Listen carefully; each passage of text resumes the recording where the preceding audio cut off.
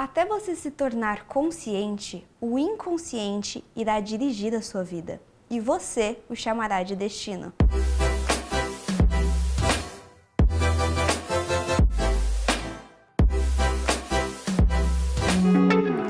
Oi, eu sou Gi Morales do Gênero Fluido BR e hoje eu vou falar sobre cultura opressora. Em nossa sociedade, julgamos as pessoas de forma diferente. Sexo, cor, gênero, tipo físico, poder aquisitivo são critérios que utilizamos para definir as percepções que temos das pessoas ao nosso redor.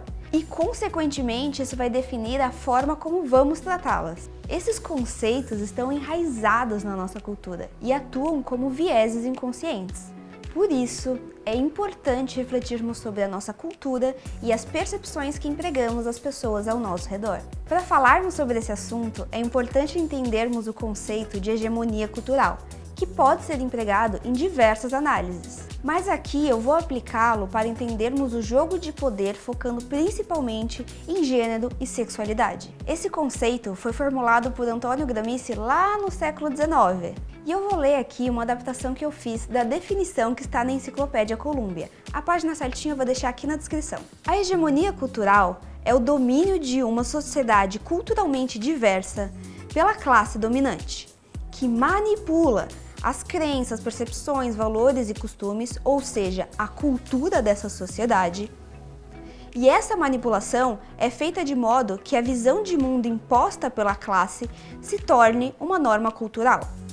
A ideologia dominante que justifica o estado social, político e econômico como natural e inevitável, perpétuo e benéfico a todos, e não como uma construção social e artificial que beneficia apenas a classe dominante. Então, quando falamos de uma classe dominante na nossa sociedade, estamos nos referindo à classe de maior poder aquisitivo, aquela que domina os meios de produção.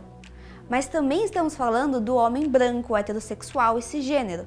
Afinal de contas, vivemos em uma sociedade hetero-cis-normativa. E aqui tem um vídeo onde eu falo um pouco mais sobre esse termo. Então, essa manipulação da cultura é feita de forma a garantir a manutenção do poder dessa classe dominante. Esse pensamento de que o normal e o natural é ser heterossexual e cisgênero funcionam como uma norma na nossa sociedade. Eve Luz, que é professora de Sociologia na Escola de Estudos Avançados de Ciências Sociais em Paris, definiu a sexualidade da seguinte forma. Para o sociólogo, o sexo e a sexualidade são um eixo em torno do qual a sociedade se organiza.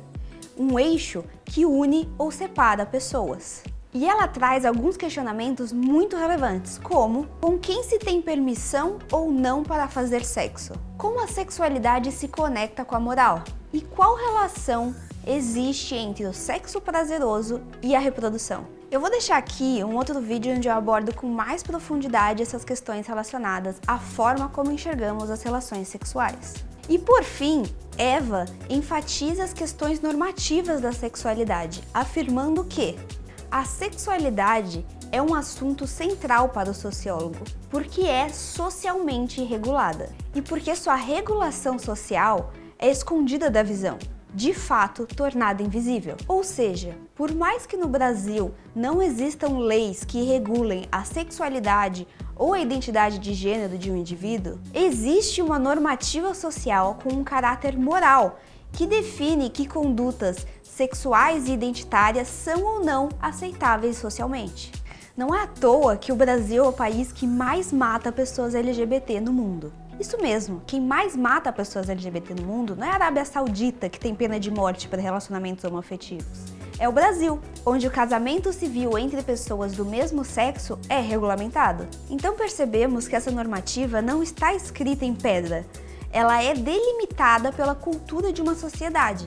E essa mesma cultura é manipulada para garantir a manutenção do poder de uma classe dominante. As percepções que temos sobre o que é normal e natural são um reflexo da nossa sociedade. Por exemplo, não muito tempo atrás, era considerado absurdo mulheres usarem biquínis curtos, ou então jogarem futebol, e até mesmo votar. Essas normas eram pautadas justamente como forma de controle e manutenção do poder. E pode parecer bizarro, mas lá em 1930, até mesmo mulheres eram contrárias ao direito ao voto. E isso pode ser explicado com a célebre frase de Simone de Beauvoir: o opressor não seria tão forte se não tivesse cúmplices entre os próprios oprimidos. Até hoje temos mulheres antifeministas, classe trabalhadora de direita, pessoas LGBT conservadoras, entre outros exemplos.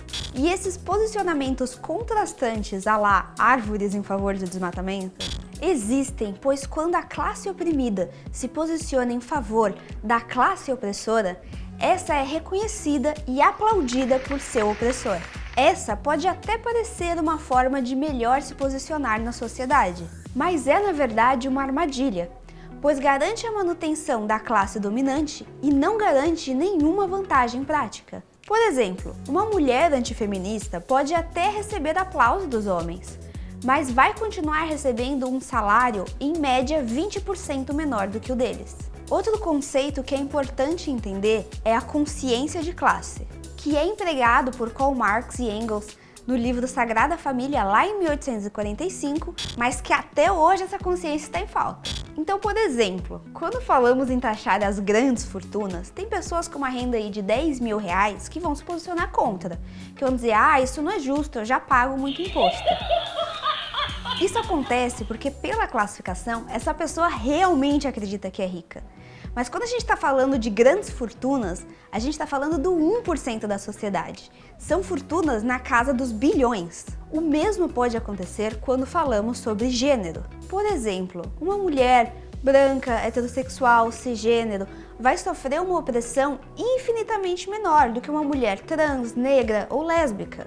O fato dessa opressão ser menor e diferente em diversos aspectos não quer dizer que ela não existe. Mas precisamos reconhecer os nossos privilégios. Não é porque somos oprimidos em um aspecto que não oprimimos em outro. É o caso de uma pessoa LGBT que faz chacota com uma pessoa não binária, uma feminista que exclui mulheres trans, um homem branco, cisgênero, heterossexual que não reconhece os seus privilégios. Quando expressamos um discurso, ele não vem somente da nossa individualidade, mas da coletividade da nossa classe. Por isso, muitas vezes, a nossa classe fala por nós. E o nosso inconsciente também. Reconhecer os nossos privilégios, refletir sobre como a nossa cultura é manipulada e que o que consideramos como normal e natural é uma construção social, são etapas de um processo que não é fácil, mas é necessário. É preciso compreender quem é você na pirâmide social e qual classe você ocupa. Caso contrário, seu discurso será alheio a você mesmo. Quando não nos discriminamos e nos unimos em prol de uma causa, somos mais fortes. Quando conseguimos reconhecer os nossos privilégios, estamos mais próximos de vencer uma cultura que foi moldada para nos oprimir e nos jogar uns contra os outros. Quando validamos vivências fora da normativa e abraçamos nossas diferenças, ganhamos forças para lutar por nossos direitos. Esse não é um papo abraçar árvore, galera. É uma questão de estratégia para que ocorram as mudanças necessárias para uma melhor qualidade de vida na nossa sociedade. Para que os direitos mínimos de igualdade salarial, saúde e segurança sejam garantidos a todas as pessoas. Então é isso, pessoal. Boa jornada e bom processo para vocês. Para quem quiser se aprofundar, tem referências aqui na descrição. E aproveita e segue lá no @GêneroFluidoBR, onde eu abordo diversos temas sobre gênero e sexualidade. E claro, se inscreve aqui no canal que em breve vai ter muito mais conteúdo para vocês.